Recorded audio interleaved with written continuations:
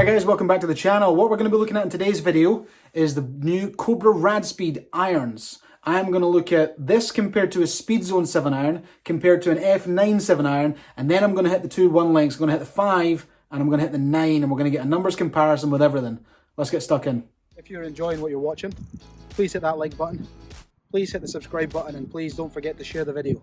Let's have some fun. Enjoy the video.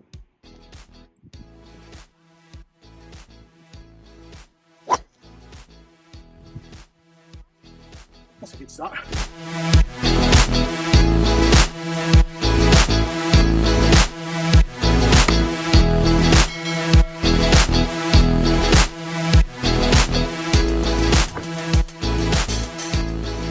The first thing I'm going to do is quickly take you through the shots of the F9 and the SPEEDZONE. I am hitting them both in a 7 iron, and I'm hitting them with the Money Taper 130X. Let's have a look and see how they get on.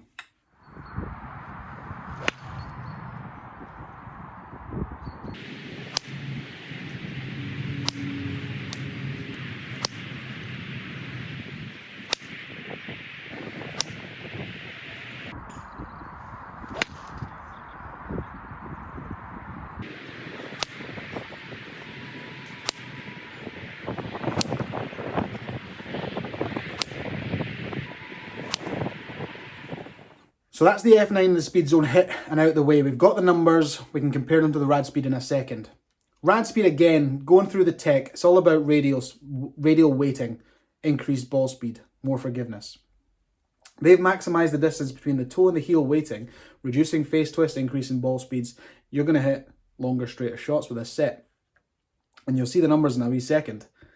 They go a long way. They go a long way. If you need something that's just going to give you that little bit more kick, you're not going to have to look much further than this. They've also got a cool 3D printed badge on the back there. That's helped them save a little bit more weight so they can lower it and move it further back, increasing the MOI.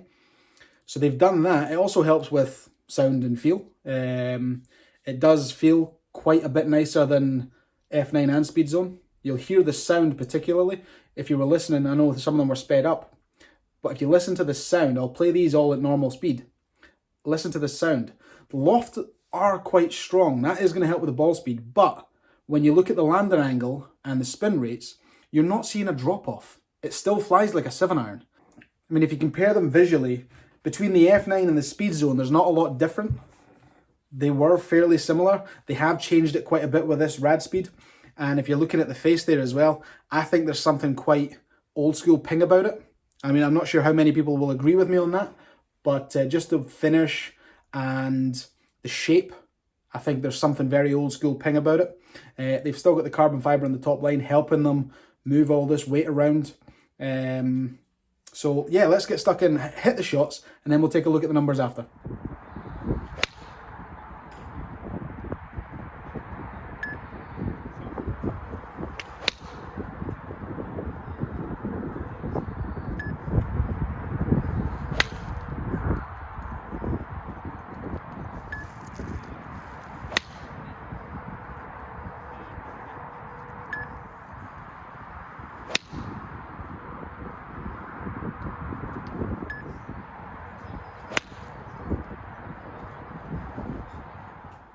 So looking at the numbers, you can see how they're branded there. You've got F9, SPEEDZONE, then RADSPEED in order.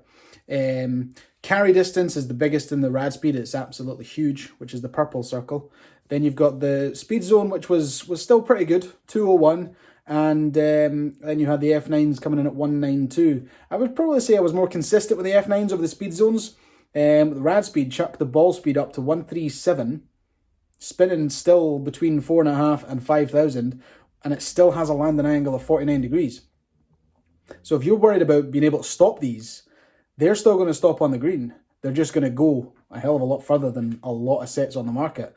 That is ridiculously far for a 7 iron. Yes, it's 7 iron, use that term loosely when you're talking about 26.5 degrees.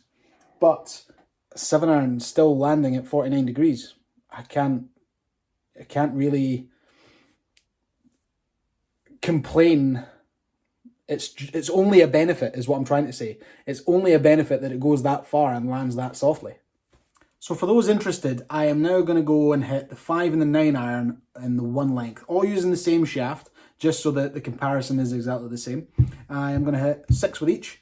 There's the specs of them up on the screen just now, so you can see how they differ slightly at the top end, but as they go down, they will remain the same lofts.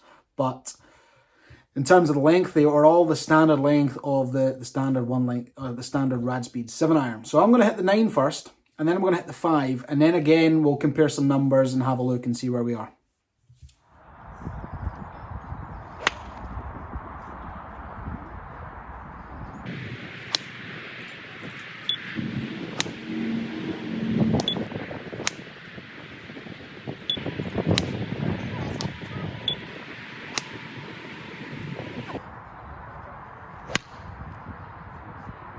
It didn't come in that low.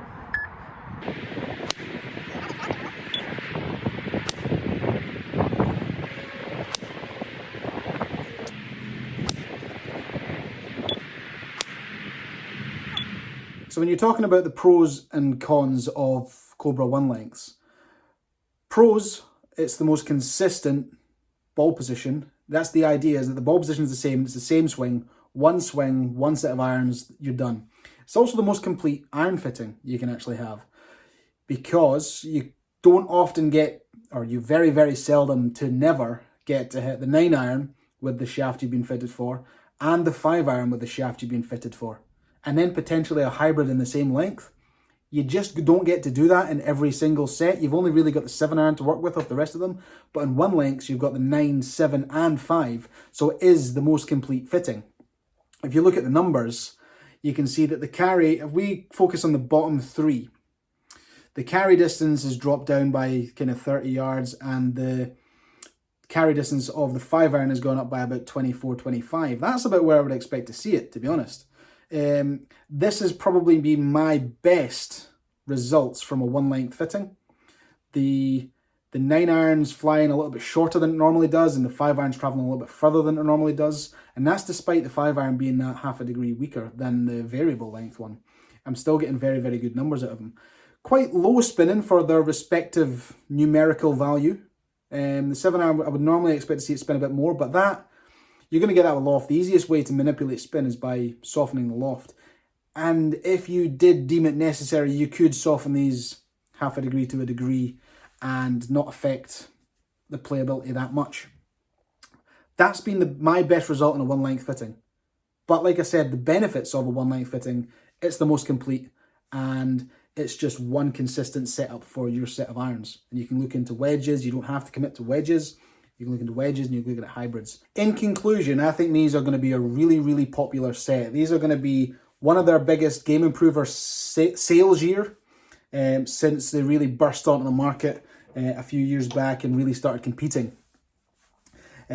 Since the 1 length inception, which I believe was F7, obviously that was an introductory year. I think this 1 length might get close to that year. I don't think it'll beat it, because like I said, that was an introductory year and that was their kind of novelty year. This is the year they really perfected it. And if you're looking at an iron fitting, just eliminate it. Try it, see if it works, and eliminate it. If it works, brilliant, then you've found yourself an easier way of playing golf. If it doesn't, you've not really lost anything. You've not really lost anything, and you've always got that peace of mind that it's not the one for you. But if it works, like I say, you've got an easier way of playing golf for the rest, potentially the rest of your golfing time. Come and see us. Send me a message. All my Twitter handle, Instagram handle, Facebook is all over my channel. If you've got any questions about these or getting booked in for a fitting when we do reopen, just send me a message. As always, like the video if you thought it's deserved of a little thumbs up, and subscribe to the channel for more golfing content coming in the future. And I'll see you next time.